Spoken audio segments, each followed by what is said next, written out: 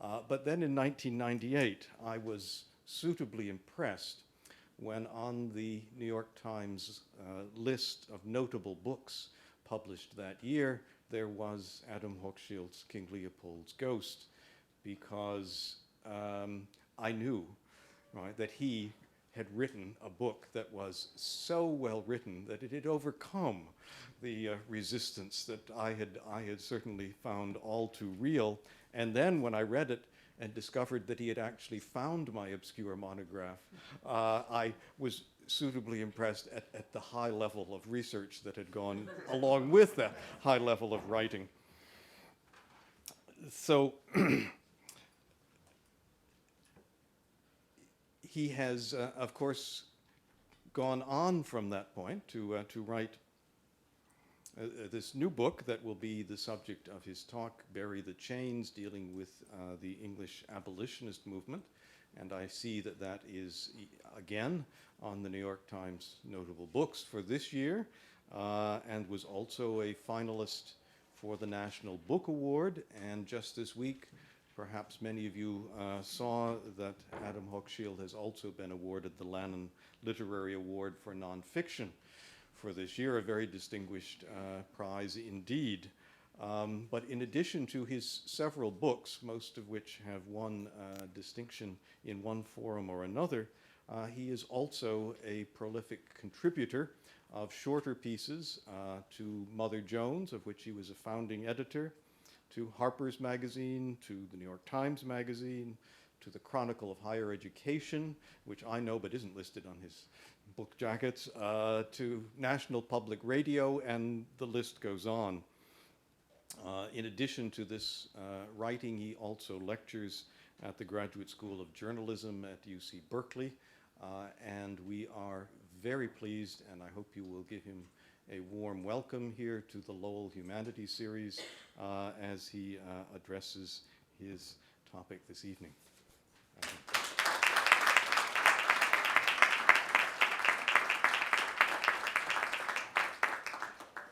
Well, thank you, David.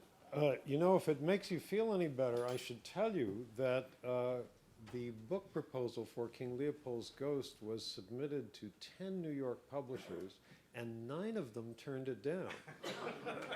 So you're not alone in having trouble getting a book on the Congo published. And several of them told me, you know, nobody is interested in Africa. Somebody else said, why don't you try this as a magazine article first, and so on. Well, it's a great pleasure to be here and to at last meet David Northrop, who I think puts himself down when he says that his book on the Congo is an obscure monograph. It's much more than that, and it was enormously useful to me as an important piece of source material in my own writing about that part of the world.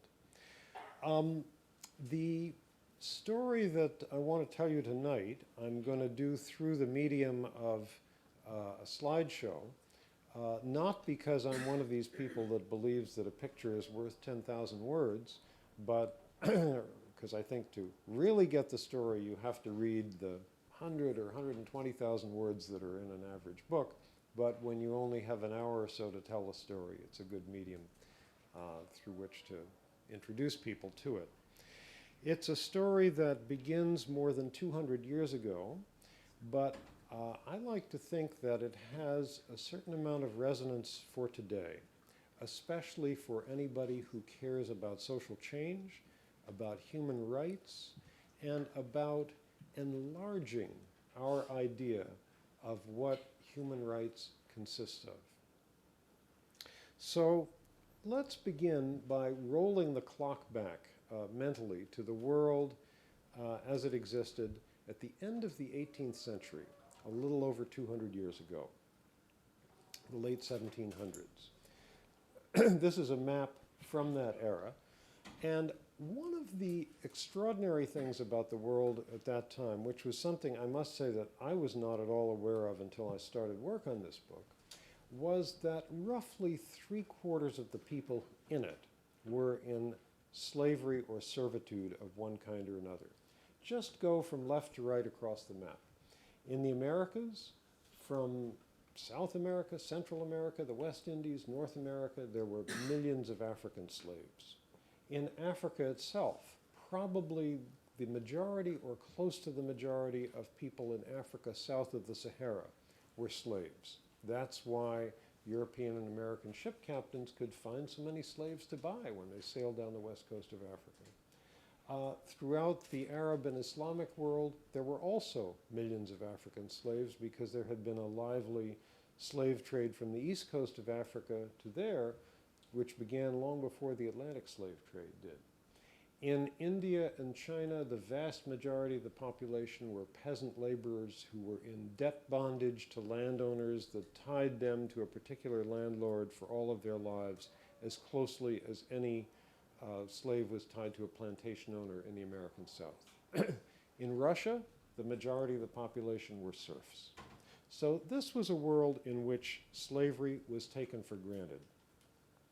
Now, the busiest commerce in slaves was, of course, the Atlantic slave trade, which began in the interior of Africa when convoys of slaves were marched by African slave dealers to the coasts.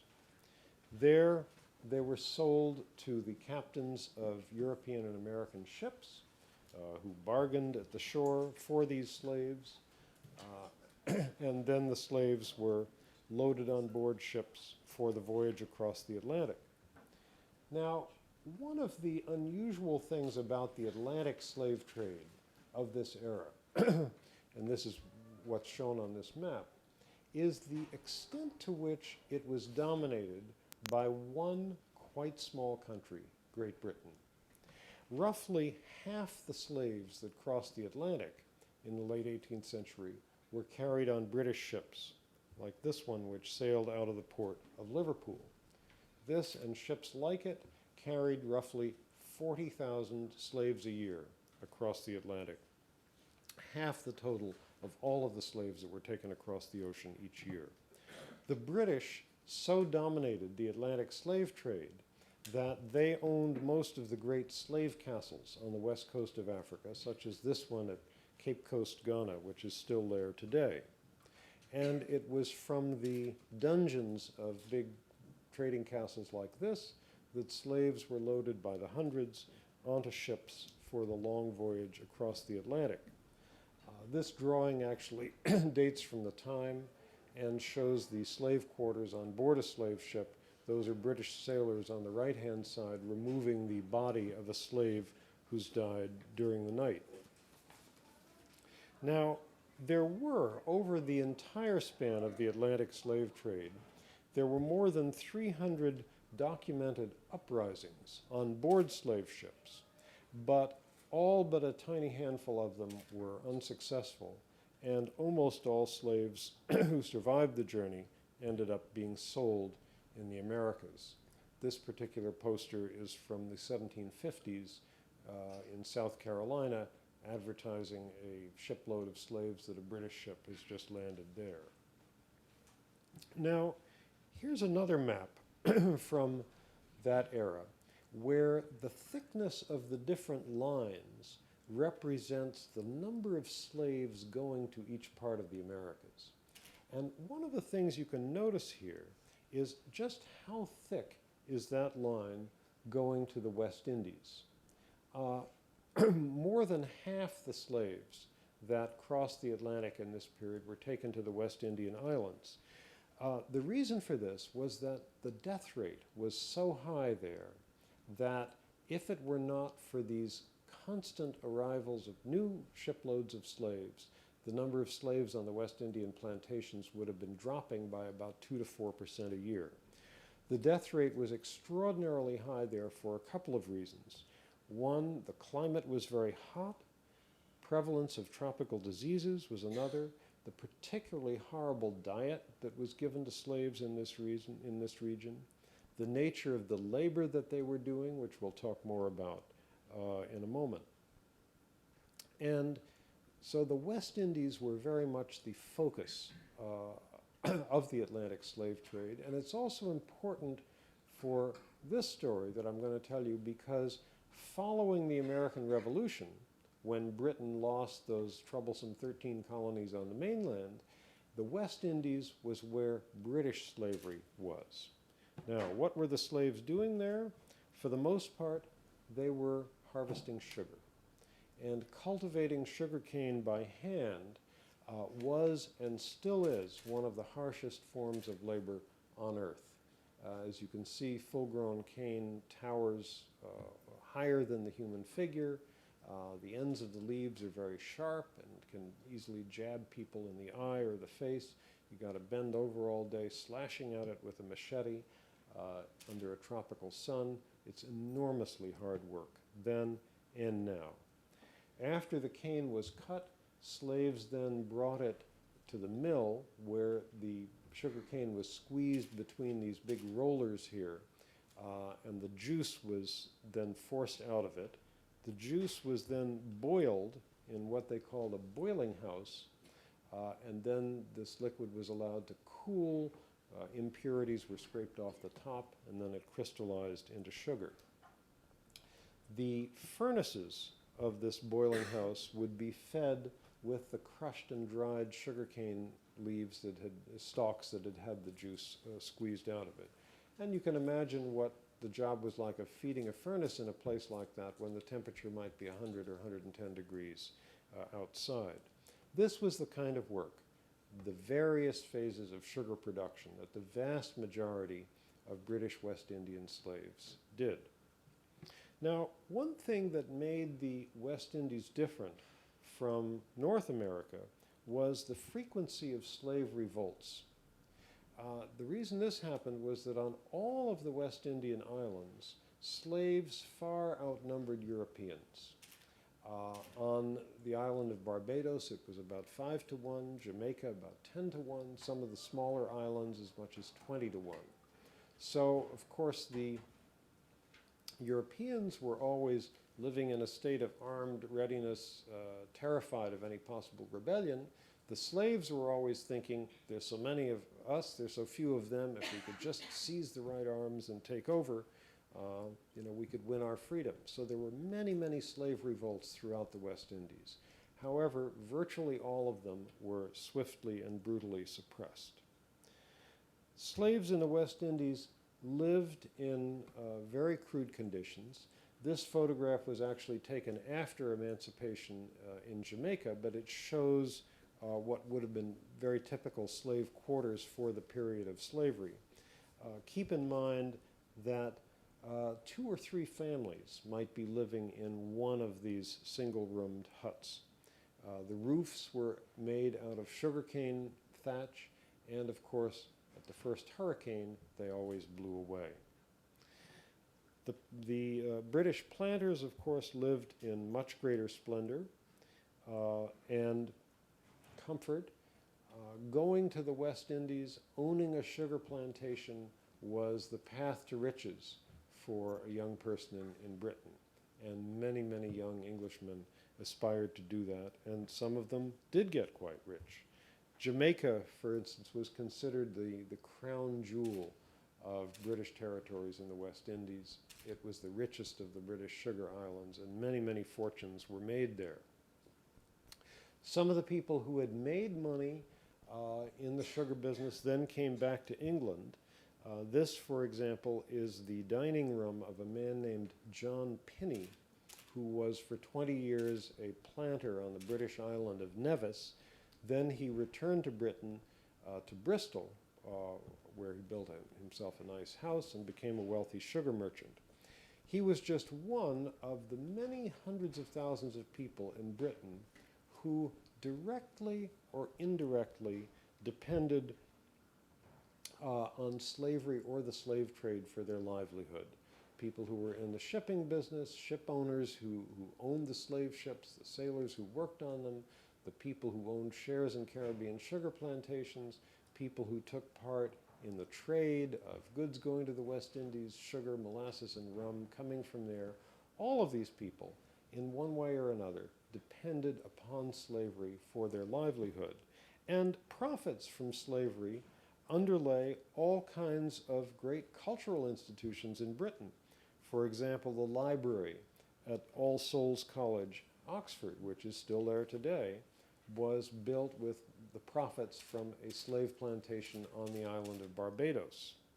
So, for all of these reasons, the tremendous profits being made from slavery and the slave trade, the extent to which they underlay the economic well-being of so many people in Britain, Britain's dominance in the Atlantic slave trade, delivering slaves to other people's colonies and to the United States as well as to Britain's own colonies, in many ways made England as unlikely a place for an anti-slavery movement to develop as, for example, it would be today to see a movement for renewable energy develop in Saudi Arabia. There were simply too many people who were making too much money from this system. However, a chain of events that began to change all of this began one day in 1783 with the man in this picture. His name was Olaudah Equiano. Some of you may have encountered his book or excerpts from it in a course or two that you've taken. Equiano was a former slave who had earned his freedom and in the 1780s was living in London. He'd been a slave in the West Indies.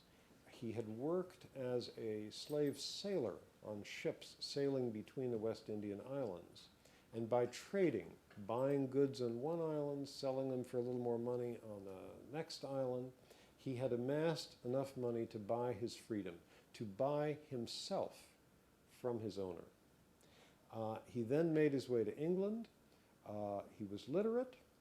And one day in 1783, he picked up a London newspaper and read an account of something which appalled him. It was a very short news item about something which had happened some months previously, where on a British ship sailing from Africa to Jamaica with a cargo of slaves, the captain had ordered more than 130 slaves who were sick or dying thrown overboard alive to their deaths in the sea. Equiano was appalled by this. We don't know exactly what went through his mind when he read about this, but my guess is that he thought, at last, this might be an incident which could galvanize anti-slavery feeling in England. What we do know is that that very day, Equiano ran with this story to see a friend of his, an Englishman named Granville Sharp. Sharp was a very talented musician, a self-taught lawyer, a pamphleteer who wrote an enormous number of pamphlets on an enormous variety of subjects. And he was widely known by ex-slaves living in London as one of the very few people in Britain who had openly and vociferously and repeatedly taken a stand against slavery, which is a very lonely position at that point in time. Equiano told Sharp about this incident of the slaves being thrown overboard from the ship alive. Sharp was horrified by this and immediately sat down and wrote a series of letters to everybody influential he could think of.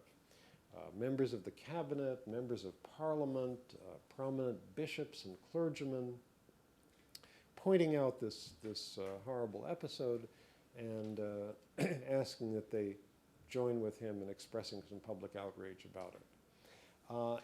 He was unsuccessful. Nothing else appeared in the press about this episode, and Sharp thought his letters had all been in vain. However, one of them reached a man who, the following year, 1784, became head of Cambridge University. And this man, his name was Peter Packard, he was a clergyman, was very disturbed by the incident of the slaves being thrown alive to their deaths. It made him think about the whole issue of slavery and the slave trade. And so he decided to try to do what he could to bring some public attention to this issue by using the most powerful tool that a British university president had at his command. What was that? He made the morality of slavery the subject of the annual Cambridge University Latin essay contest.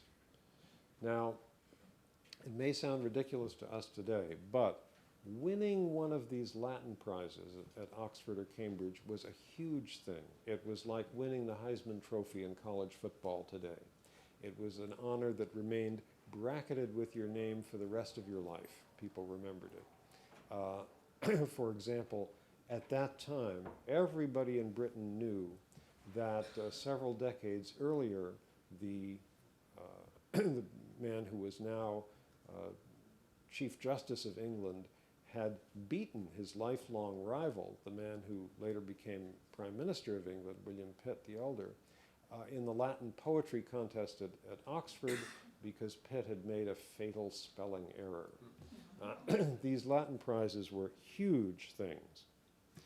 One of the people who entered this prize contest at Cambridge, and we're now in the year 1785, was a young divinity student, 25 years old, named Thomas Clarkson. Clarkson had no previous interest whatever in slavery or the slave trade. He merely wanted to win the glory of that big Latin prize. But he was a very diligent researcher, a kind of a natural investigative journalist. He read everything he could find about slavery. A friend of his family's had been in the shipping business and had had slave ships. The man had died recently. Clarkson got access to his papers. Clarkson went out and interviewed everybody he could find who had seen slavery firsthand, including his brother, who was a naval officer who had just returned from the West Indies, who said, "You want to know what slavery's like? I can tell you this is what they do to people. I've seen it with my own eyes." Clarkson was just bowled over with horror at what he learned. And he writes about it very movingly in his autobiography. He says that he left a candle burning all night long in his room so that if some thought on the subject would occur to him, he could get up and write it down and it would be useful to him in this essay. He wrote his essay in Latin, won the prize, read it aloud in Latin in this building in Cambridge where such events are still held today. And then, having just graduated, he got on his horse and set off for London to make his way in the world. Roughly halfway to London, he reached a point near where the road crosses the River Lee. And there, he found himself thinking not about the pleasure of having won this big Latin prize, not about the promising career that awaited him, but about slavery. And he wrote about this some years later. He wrote, "I sat down by the roadside and I held my horse. And here a thought came into my mind that it was time some person should see these calamities to their end." He got back on the horse and spent the remaining 61 years of his life doing everything he could to end slavery, first in the British Empire and then in the rest of the world. On this journey from Cambridge to London, he continued to London and spent the next couple of months contacting everybody he could find who could tell him more about how slavery and the slave trade operated. He was looking for areas of vulnerability, and he found some, and who could be persuaded to be part of a movement to try to do something about this. He went to see, for example, a man named John Newton, whom many of us know primarily as the author of everybody's favorite hymn, Amazing Grace. Newton, however, had spent the first 10 years of his working life as a sailor and then a ship's officer in the Atlantic slave trade, had actually made 4 transatlantic slaving voyages. Clarkson also looked up the ex-slave Equiano and other ex-slaves living in London and talked to them. He went to see a young man named William Wilberforce, who was a member of Parliament, who agreed to be the principal spokesperson for this cause in the British Parliament, provided a movement outside could generate some pressure. Then, finally, May 22nd, 1787, Clarkson brought together a group of 12 people in a Quaker bookstore and printing shop in a little courtyard in London called George Yard, which is still there today. and they formed themselves into a committee with the aim of ending first the slave trade and then slavery in the British Empire. They set their sights first on the slave trade for two reasons. First, they thought that it was the more achievable goal, since Parliament had a long history of regulating trade, but that they felt if they set out immediately to abolish slavery, they would have a much harder time getting the British Parliament to adopt the abolition of slavery, because that actually meant confiscating people's property, since the slaves were property. However, they believed that if they could end the slave trade, British slavery itself would quickly wither away and die. Why? Because of that very high death rate that we were just talking about on the Caribbean plantations, who could keep up their slave population only with the constant imports of new slaves. The plantation owners, incidentally, also believed that if the slave trade was cut off, British slavery would wither and die. And so that's why they vehemently opposed this movement.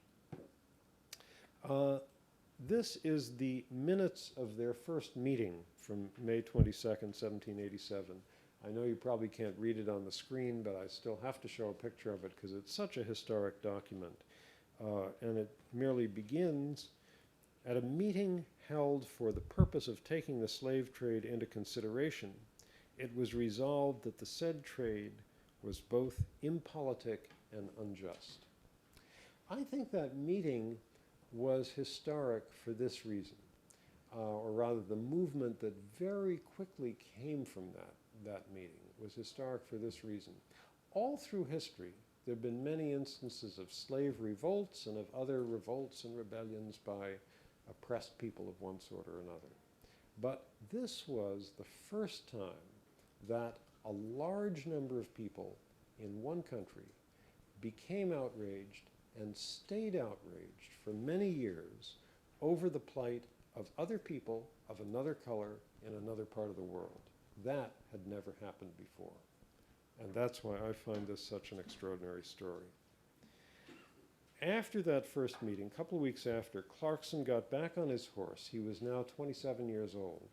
And he set off on a journey of 4 or 5 months around southern England. He went first to the port of Bristol. And on this journey, he was trying to do two things. First of all, everywhere he went, he was trying to set up local committees which would be affiliates of this anti-slavery committee, anti-slave trade committee in London. And secondly, in places like Bristol, which was a slave ship port, a major slave ship port, he was looking for witnesses. He knew that if the movement was to get anywhere, they would have to persuade the British Parliament to hold hearings about the slave trade. And he wanted people to testify who had seen the slave trade and slavery firsthand. So he prowled around the docks and pubs of Bristol, trying to find people who had been sailors or officers on slave ships who would be willing to talk about their experience. Now, think about what a difficult job that is, to look for such witnesses. It would be a little bit like today if you walked into the Pentagon and started knocking on doors and saying, "I'm looking for whistleblowers." Nobody likes to blow the whistle on the business that has given them their livelihood, and that even if they were to leave it, will continue to give their friends their livelihood. Nonetheless, Clarkson was very persistent, very effective, and he found a number of such witnesses. On this trip in the summer of 1787, after a couple weeks in Bristol, he went on to the world's largest slave ship port, Liverpool, from which some 70 ships would leave for Africa that year to load up with slaves and take them to the Americas. The largest slave ship port in the world. And one thing that happened to him there, he was walking along a dock in Liverpool and found himself surrounded by a group of slave ship officers who had learned what he was up to and who wanted to kill him. He managed to escape from them, not without being hurt, but he was a big man, unusually tall and sturdy for his age, and managed to get away from them. Something else that happened to him in Liverpool, he walked past a shop window, and this is what he saw in the window. This was a ship chandler's shop, a shop that sold supplies to the slave ships before they set off on their voyages. Leg shackles at the bottom, handcuffs at the top, thumb screws, an instrument of torture, on the left-hand side, and Clarkson asked the shop owner, "What's that funny thing with the long spikes there that's on the right in this picture?" And the shop owner said, "Oh, that's for when your slaves on shipboard are trying to commit suicide by not eating. This is what you use to pry their mouths open so you can force feed them." Clarkson said, "Give me one of each." He put them in his saddlebags, and from then on, whenever he reached a new town on his travels, he would take these instruments out, put them on the desk of the local newspaper editor, and say, "This is what our British sailors are doing, and you have to write about it." The end of 4 or 5 months of travel, he returned to London, and over the next 5 years or so, he and a committee developed a most extraordinarily wide means of, variety of means of getting their message across to the public. For example, they built this wooden model of a slave ship, specifically for showing to members of parliament to show how the slaves were packed on board the ship, packed on these ships. You can see the slaves' bodies inked in on the wood there. They came up with what is probably the world's first widely reproduced political poster. It's a drawing, and I'm sure you've seen this in textbooks and on book covers, and in every TV show about the slave trade is reproduced. It's a diagrammatic drawing of a particular slave ship named the Brooks of Liverpool. It's actually rather conservatively done because it shows fewer slaves than we know from shipping records this ship carried on some of its voyages. It produced an enormous effect on people, and as soon as the abolitionists saw that it was having this effect, they ran off 8,000 copies of it as a poster and put it up in pubs all over England. A very powerful image. For a day, remember, when there was no photography and there was no way of easily visually representing what slavery meant. They came up with the first logo ever designed specifically for a political organization that I know of. Kneeling slave in chains, surrounded by the legend, "Am I not a man and a brother?" Later on, when women got into the act, they came up with one that showed a woman slave and the legend, "Am I not a woman and a sister?"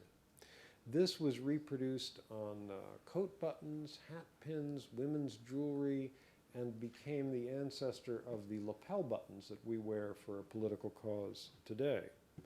Now, here's that kneeling slave image again, and this time it's on the side of a sugar bowl.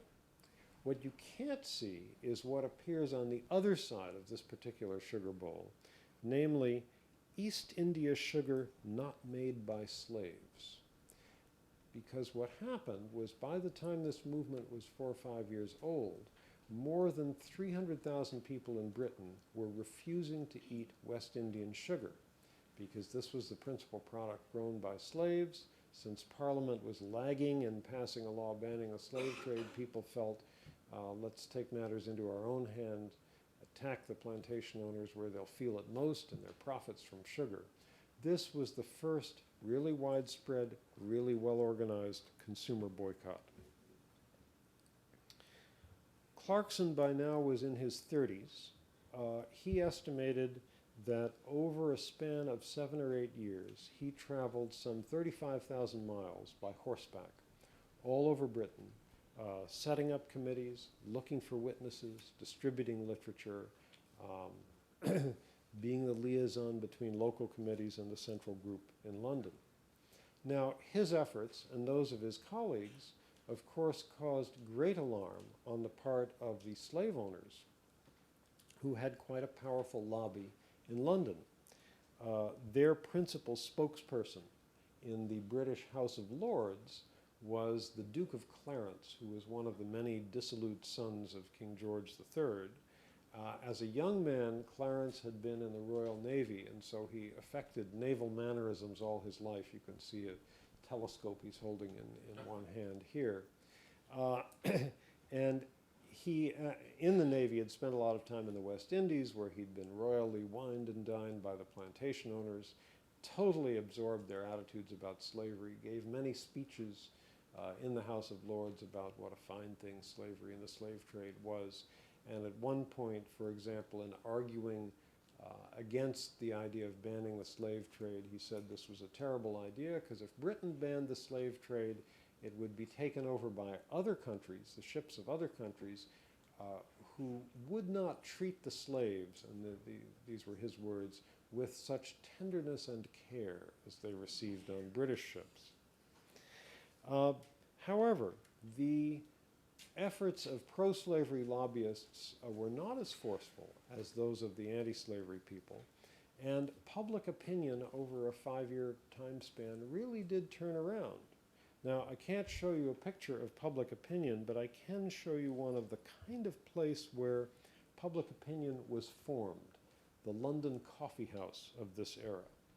Coffee houses were where you went to read the newspapers, to have political arguments and discussions with your friends.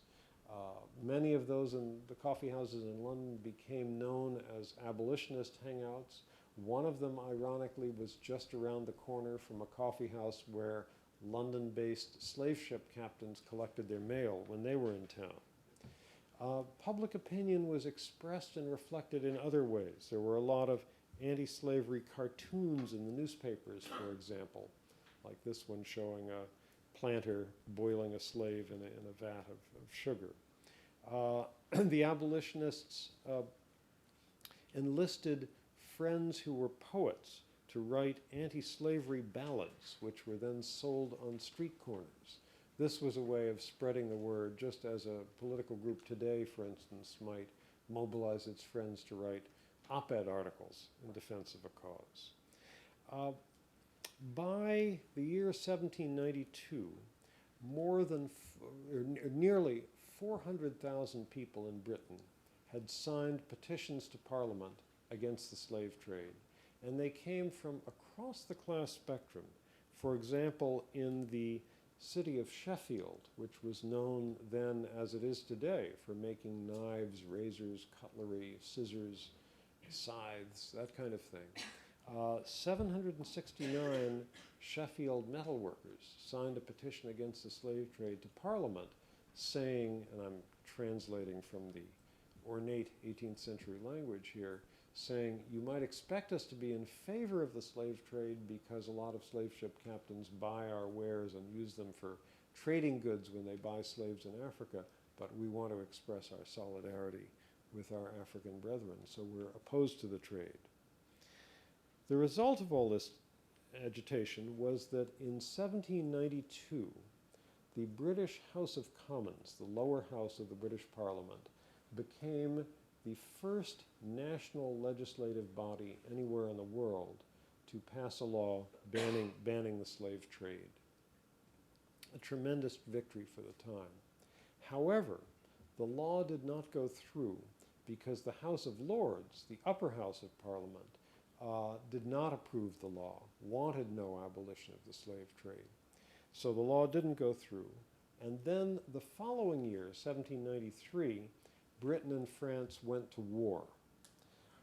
And this was the long war that, with only a few short breaks, didn't end until more than 20 years later at the Battle of Waterloo. And as we all know all too well, wars are terrible for progressive movements of any kind.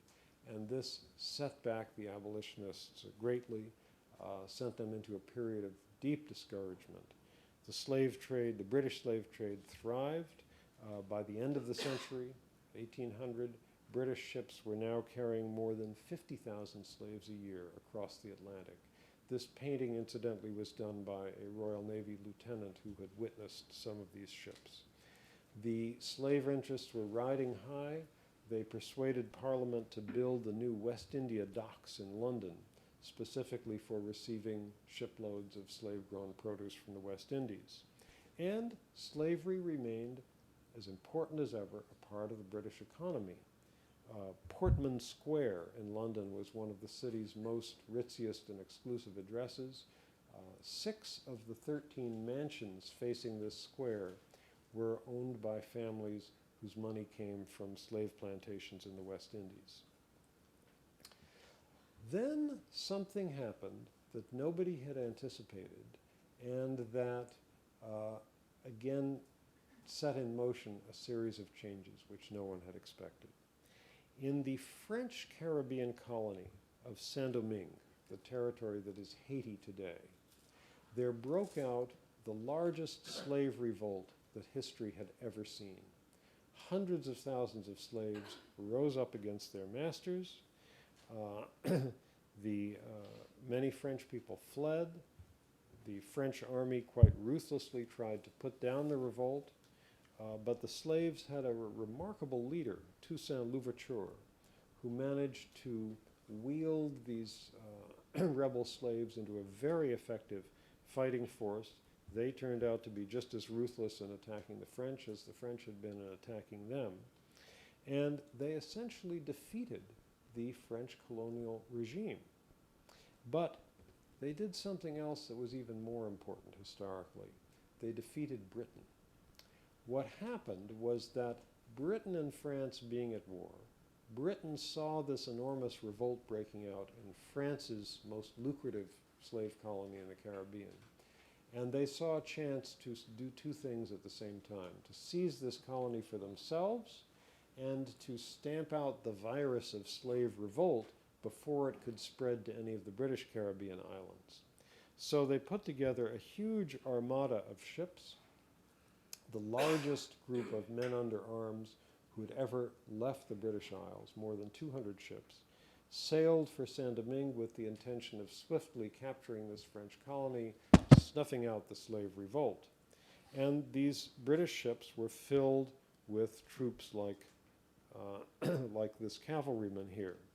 But you can imagine what happened when somebody like the guy in this picture got off the ship in the West Indies, wearing that beaver fur hat, the famous British red coat, thick flannel coat made for fighting on the snowy plains of northern Europe. What you don't see is the flannel underwear underneath this, his long pants. Many British soldiers died of heat stroke in their first couple of miles of marching after they got off the ships. In addition, they were totally unprepared for malaria and yellow fever, about which relatively little was known at the time. And they found themselves up against a very, very, very determined army of rebel slaves who knew that for them it was a matter of fighting successfully for their freedom or being re-enslaved and dying. For 5 years, the British fought in Saint-Domingue. Of the 20,000 troops that they sent there, more than 60% ended up buried there. And at the end of 5 years, the British withdrew. This is the British general on the left handing the withdrawal agreement to Toussaint Louverture, the leader of the rebel slaves, on the right. An extraordinary event. An army of rebel slaves had defeated the army of the world's greatest slave trading nation. And this was one of several things that tipped the balance in establishment public opinion in England. The shock of defeat made many people in the British government and the British Army realize what a difficult thing it was to put down a full-fledged slave rebellion. There was also a new prime minister who took control in 1806, who was much more sympathetic to the anti-slavery forces. And very important, there was a big drop in the price of sugar, so that the planter lobby no longer had the incentive to lobby for, or the money to lobby for the continuance of the slave trade, because there was a period when they couldn't afford to buy new slaves. The result of all this was that the anti-slavery forces got reinvigorated. Thomas Clarkson, now in his 40s, set off around the country again for some months, organizing to put pressure on Parliament. This is the House of Commons here. And finally, in 1807, both houses of the British Parliament agreed to abolish the British slave trade, an enormous step forward. This was greeted in Britain by a great orgy of self-congratulation. This is the figure of Britannia, the national figure, proclaiming the good news of the abolition of the slave trade to the world. When, many years later, when confronted by images like this, the great Trinidad historian of slavery, later Prime Minister of Trinidad and Tobago, Eric Williams, said that sometimes he felt the British had started the slave trade just so they could congratulate themselves on having abolished it. Because, of course, even though it was a good thing that the slave trade was abolished, it made no difference at all to the more than 500,000 slaves laboring away in the British West Indies, because they were still slaves. Now, what happened once the British slave trade was abolished was that British West Indian planters, seeing that their supply of new slaves was cut off, began treating the slaves somewhat better. Not out of the goodness of their hearts, but because they wanted the slave population to reproduce itself and to grow, something which had long been happening in the much more temperate climate in the American South. So they, made rudimentary medical facilities for slaves, most of which hadn't existed before, improved the diet somewhat, this kind of thing. But slavery remained quite harsh. When the price of sugar was high, those boiling houses ran all night long, and slaves who had worked in the sugar fields for 12 hours all day also every other night had to work several hours in the boiling house as well. The slaves grew more and more restive, and so the planters introduced a new method of punishment, the treadmill. This shows a treadmill in Jamaica in the 1820s. Increasing numbers of slaves began running away. And so what planters did was they started putting traps like this in the high grass surrounding sugar fields to catch any runaway slaves, although nonetheless many did succeed in escaping. When it became clear that the ban on the slave trade was not going to make British slavery itself wither away and die, and by the 1820s it was clear that the slave population in the British West Indies would soon be increasing rather than decreasing, then the movement revived in England. Thomas Clarkson, now in his 60s, became active again, and in 1823-24 he spent some 13 months on the road, traveling by stagecoach this time, all around the country, set up more than 200 new local anti-slavery committees. Often he was dealing with the children or grandchildren of people he had first organized nearly 40 years before. In 1830, there came another big push on the British Parliament to finally abolish slavery itself, having already abolished the slave trade. Word of this effort got back to the West Indies, as always happened, and on the island of Jamaica, the major British island there, a huge slave revolt erupted at the end of 1831. The entire northwest end of the island went up in flames. More than 20,000 slaves were in revolt. More than 100 plantations were burned to the ground. The British did manage to suppress this revolt, but with great difficulty. More than 500 slaves were either killed in the fighting or executed soon afterwards. The British general put up this proclamation to the rebel slaves. I don't know if you can read it clearly there, but the second sentence of it reads, "Some wicked persons have told you that the king has made you free and that your masters withhold your freedom from you. In the name of the king, I come amongst you to tell you that you are misled." They finally did suppress this revolt, but after that was done, for the first time, we begin to see something that hadn't really happened before, which was high-ranking military officers coming back to Britain, speaking and in one case testifying before Parliament, saying in effect, the next time something like this happens, we may not be able to contain it. And that message, combined with renewed organizing, mass meetings like this one, marches on Parliament by the anti-slavery forces, led to months of debate in the summer of 1833, at which finally resulted in both houses of the British Parliament agreeing to full emancipation for the slaves after having years earlier abolished the slave trade. Emancipation took effect just at midnight, August 1st, 1838. It was greeted with great jubilation in the West Indies, and not just in the West Indies, not just in the British West Indies, but throughout the Americas, because slaves in other European colonies and in the American South all hoped that now that the world's largest empire, the principal slave trading power, had emancipated its slaves, they hoped that other countries would follow suit. And between 1838 and the American Civil War, the holiday celebrated by slaves in the American South and free blacks in the American North was August 1st, Emancipation Day in the British West Indies.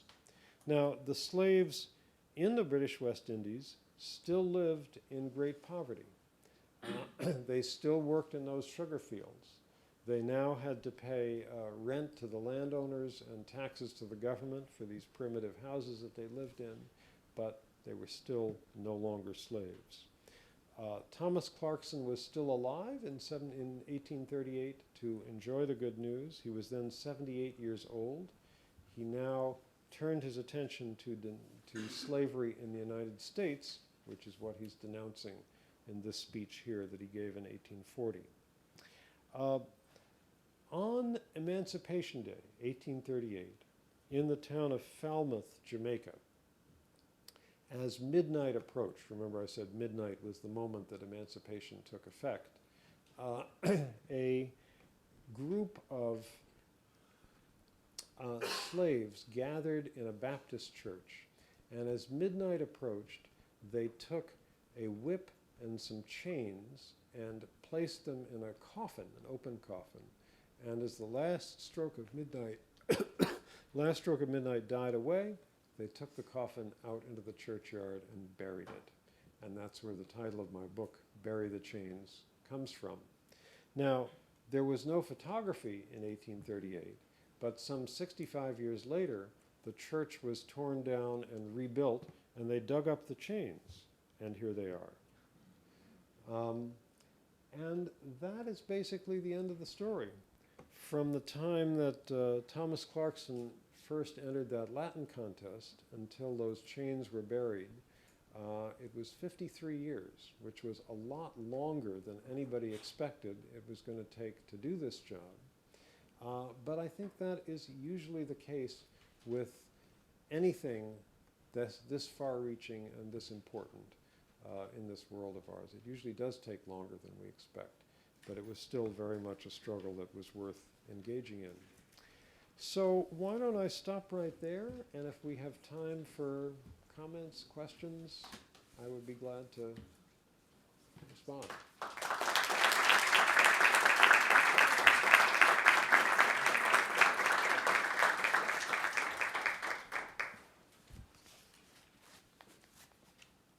So, yeah. I want to ask about the role of religion in the abolition movement in the 18th and 19th centuries. In your book, you frame this as essentially sort of a precursor to a lot of sort of modern human rights activism. But I was wondering if you could speculate a little bit on, how central you think religion was to this movement, and whether that might be an area where it differs to some degree from contemporary human rights activism. What the process might be that gets us from there to here.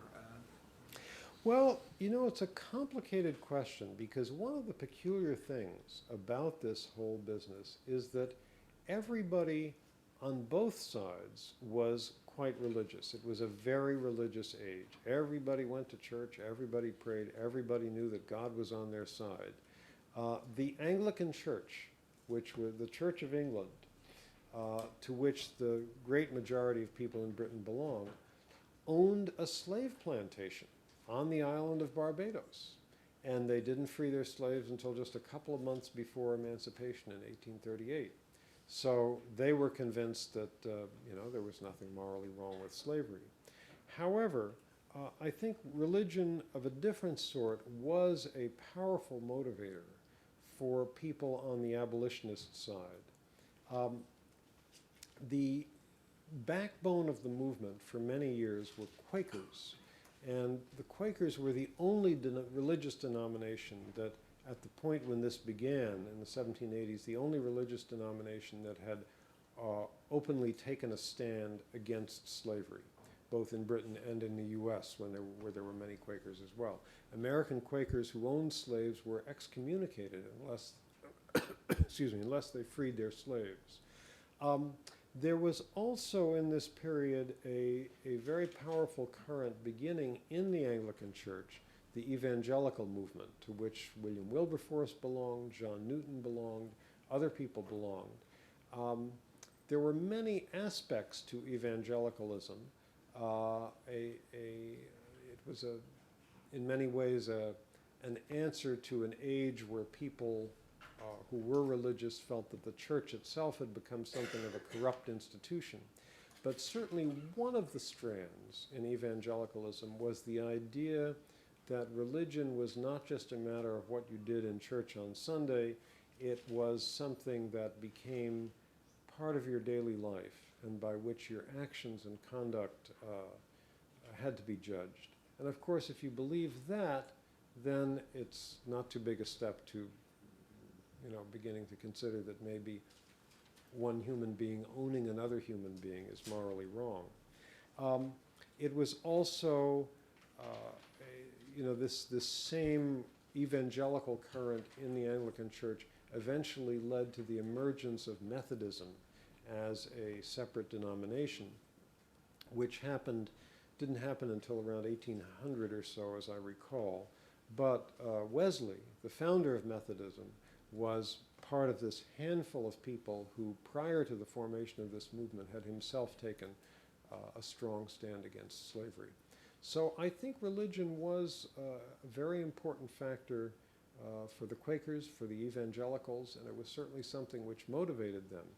The remarkable thing about this little committee that started in 1787 was that it was virtually unprecedented in being a body of people from several different religions. There were both Quakers and Anglicans on this committee who came together to lobby for something that was actually not a religious cause but a secular one.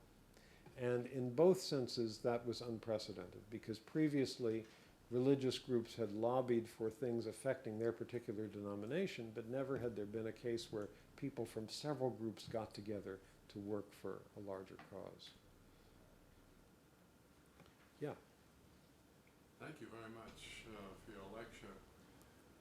Early on, you mentioned the name John Pini, and I wondered to myself, I teach the Romantics, if he might be the same John Pini who provided hospitality to the Wordsworths. He was. It was indeed, I Yeah. see.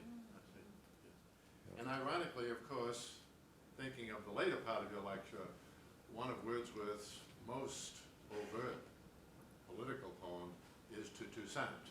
Yeah, that's right. Thank you That's very right. much. Yeah.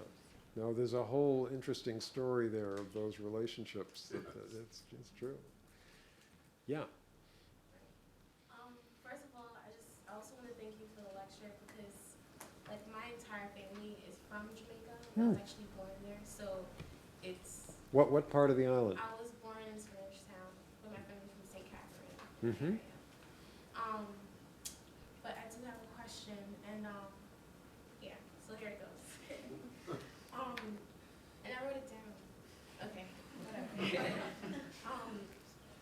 Like, I'm sure that the slaves didn't think that slavery was a good time, you know?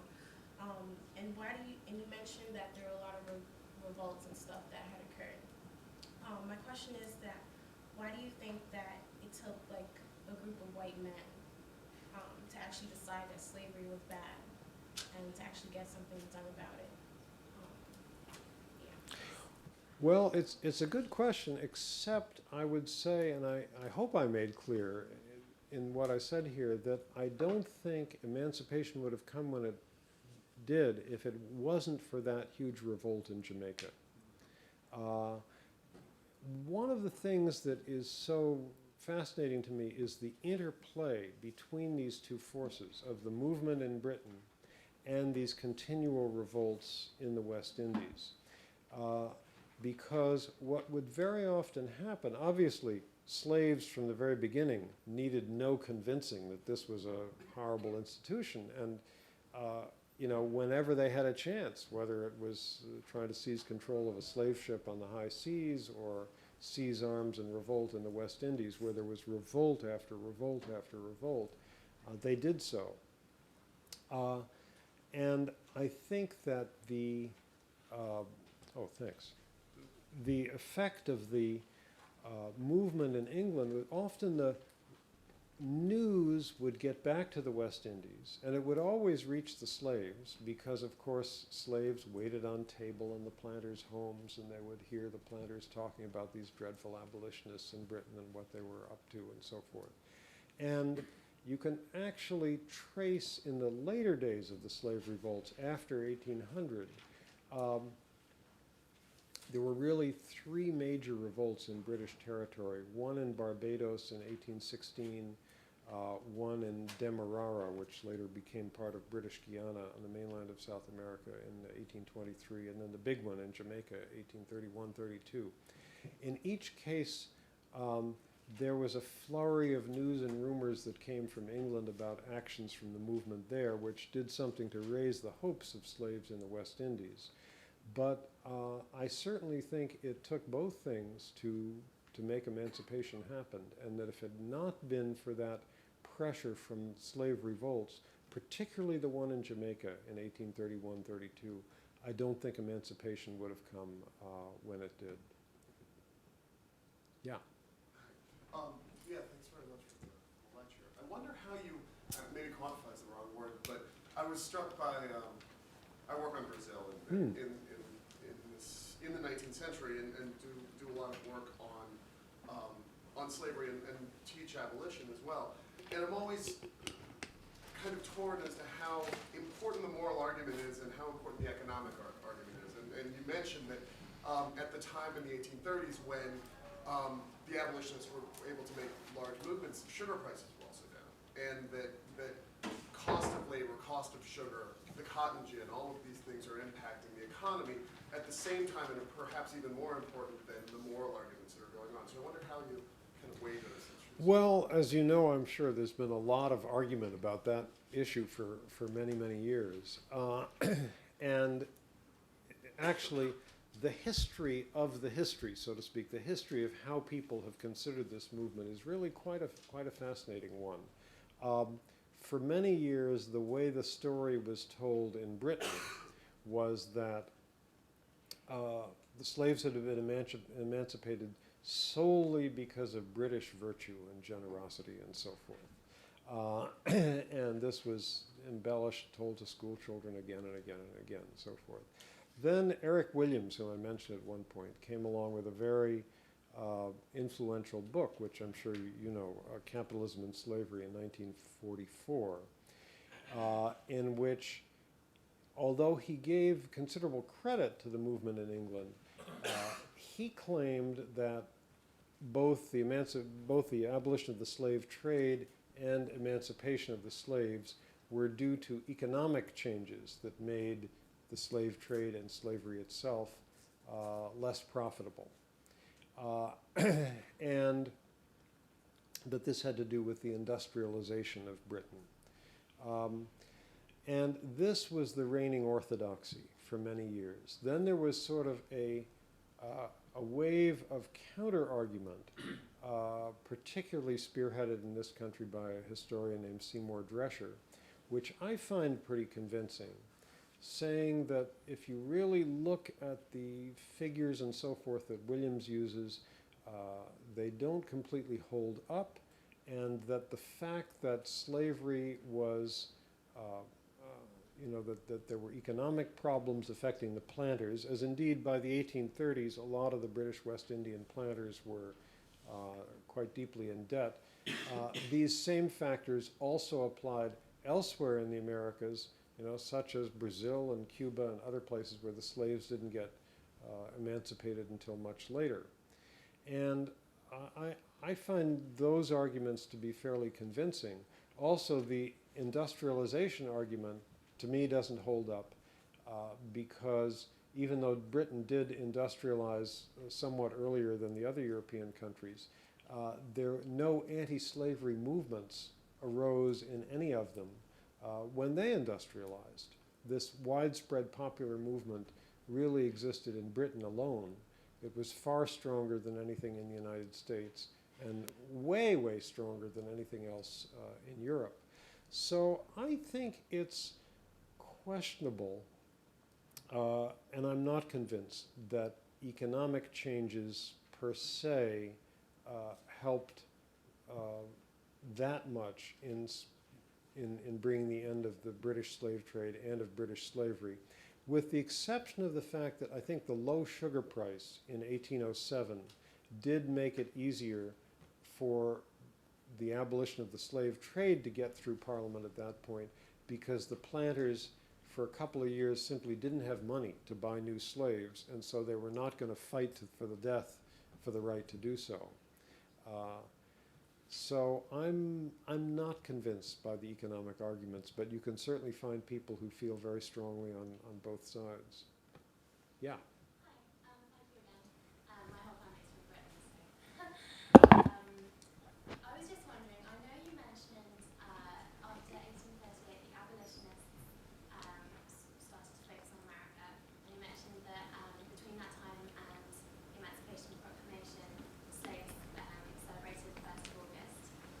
But what do you think there's a link between the abolition movement in England in the 1820s and what was happening in America around the debates around the Missouri Compromise, and the fact that there was a huge anti-slavery debate going on in America? Do you think there's an Anglo-American connection? Yeah, there was a lot of back and forth exchanges between the British and American abolitionists. Thomas Clarkson died in 1846, and his last two foreign visitors were Frederick Douglass and William Lloyd Garrison, the two greatest American abolitionists, Douglass, a former slave, who came to see him together. Garrison, who of course worked out of here in Boston, in 1833, when the abolitionists were making their final push to get the British Parliament to abolish the slave trade, Garrison was in London, sitting in those London coffee houses with his friends, the British abolitionists, plotting strategy with them, watching what their strategy was, thinking what he could take back to the United States. And especially for those 1833 debates, American newspapers reprinted large portions of them. So people were very much aware in this country of what was happening in England. Slave owners in the South were very alarmed. Slaves had their hopes greatly raised. And they knew after 1838 that British territory was free territory. And there's a story which I tell in my book, actually, of a group of American slaves who were being transported by ship in the 1840s from Virginia to New Orleans, rose up, seized the ship, and one of these rare shipboard revolts that was successful forced the crew to sail it to Nassau in the Bahamas, which was British territory, where they knew they would be free. And they were. And their descendants still live in the Bahamas today. Yeah. It seems that some of your writing and your work in life has been about trying to raise up issues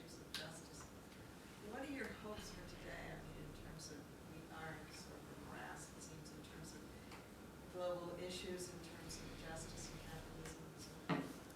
Where do you see hopes? Well, you're right. It's grim, excuse me, grim times we're living in. Although, haven't you enjoyed these indictments in the last few weeks? You know, there was another one just this week. Then we had Libby, Tom DeLay. You know, I think maybe things are going a little more our way. But I tell you, I think more than anything else, I take hope from the fact that standards of human rights, even though they are widely not followed in much of the world, nonetheless have been accepted as a matter of principle in many countries. We have the beginnings of international institutions that enforce them. You know, it's still a matter usually of their being enforced only when it's a small or powerless country at stake, like the International War Crimes Tribunals for the former Yugoslavia, for Rwanda, and so forth. It's going to be a long time before any American soldiers or Russian soldiers are brought up before any tribunal like that.